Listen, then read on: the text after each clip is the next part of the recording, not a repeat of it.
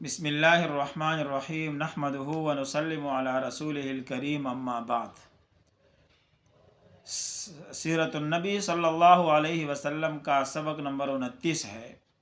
28ویں سبق میں آپ سن چکے ہیں کہ جنات آئے وادی نخلا میں، مسلمان ہوئے اور چلے گئے، اور رسول اللہ صلی اللہ علیہ وسلم وہاں سے مکۃ المکرمہ کے لیے روانہ ہوئے۔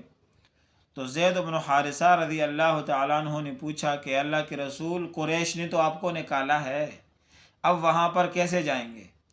تو جناب رسول اللہ صلی اللہ علیہ وسلم نے جواب میں فرمایا کہ اے زید، تم جو حالت دیکھ رہے ہو، اللہ تعالیٰ اس سے کشادگی اور نجات کا کوئی راستہ ضرور نکالیں گے، اور اللہ یقیناً اپنے دین کی مدد کرے گا اور اپنے دین کو غالب فرمائے گا۔ یہ آپ نے حضرت زید سے ارشاد فرمایا، اور پھر آپ مکۃ المکرمہ کے لیے روانہ ہوئے۔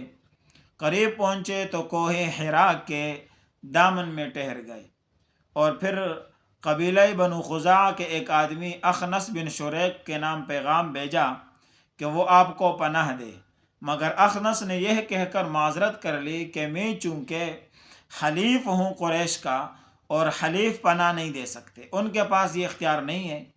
اس کے بعد رسول اللہ صلی اللہ علیہ وسلم نے سہیل ابن عمر کو اطلاع بھیجی، تو انہوں نے بھی پیغام واپسی پہ یہی دیا کہ چونکہ بنی عامر کی دی ہوئی پناہ بنو کعب پر لاگو نہیں ہوتی، لہٰذا میں بھی اس پناہ دینے کا اہل نہیں ہوں۔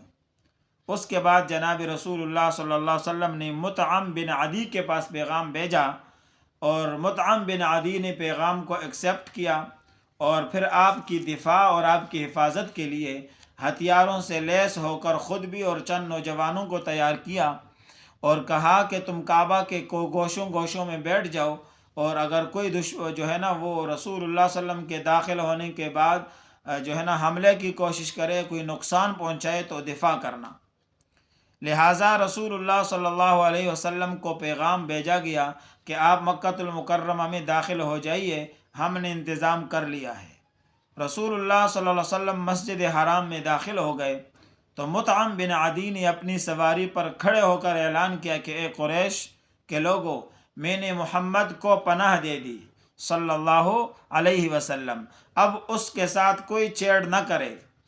اور رسول اللہ صلی اللہ علیہ وسلم سیدھے حجر اسود کی طرف بڑھے۔ آپ نے حجر اسود کا بوسہ لیا، اس کو چوما، پھر 2 رکعت نماز پڑھی، اور پھر اپنے گھر پلٹ گئے۔ اور اس دوران نوجوان وہ جو حفاظت میں لگائے تھے مطعم بن عدی نے، وہ ہتھیاروں کے ساتھ کھڑے تھے تاکہ رسول اللہ صلی اللہ علیہ وسلم بعافیت اپنے گھر میں داخل ہو جائے۔ اس موقع پر ابو جہل نے کہا تھا کہ مطعم، کیا تو نے صرف پناہ دی ہے یا اس کے دین کو قبول کر لیا ہے؟ تو رسول اللہ جو مطعم بن عدی ہیں، انہوں نے کہا کہ نہیں، میں نے صرف پناہ دی ہے، ان کے دین کو میں نے قبول نہیں کیا۔